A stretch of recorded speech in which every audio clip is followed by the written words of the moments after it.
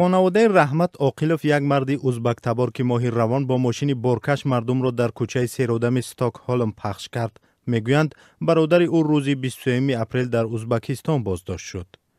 نزدیکان این مرد روز 24 اپریل بر رادیو آزادی گفتند عالم عاقلوف برادر 44 ساله رحمت عاقلوف در زادگاه شهر سمرقند دستگیر شده است. آنها گفتند مقامات سبب بازداشت عالم عاقلوف را نگفتند. مقامات ازبکستان نیز این موضوع را شرح ندادند. شهروند ازبکستان رحمت عاقلوف 39 ساله روز 7 اپریل در مرکز استکهلم با ماشین باربر به پیاده‌گردان حمله کرد. در نتیجه 4 کس کشته و 15 تن دیگر جراحت برداشتند. عاقلوف بعد از چند ساعت حادثه مذکور بازداشت شد.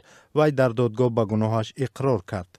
طور نشریه اکسپرشن می نویسد رحمت عاقلوف در بازپرسی گفت که دستور حمله را از جنگجویان دولت اسلامی دریافت کرده است.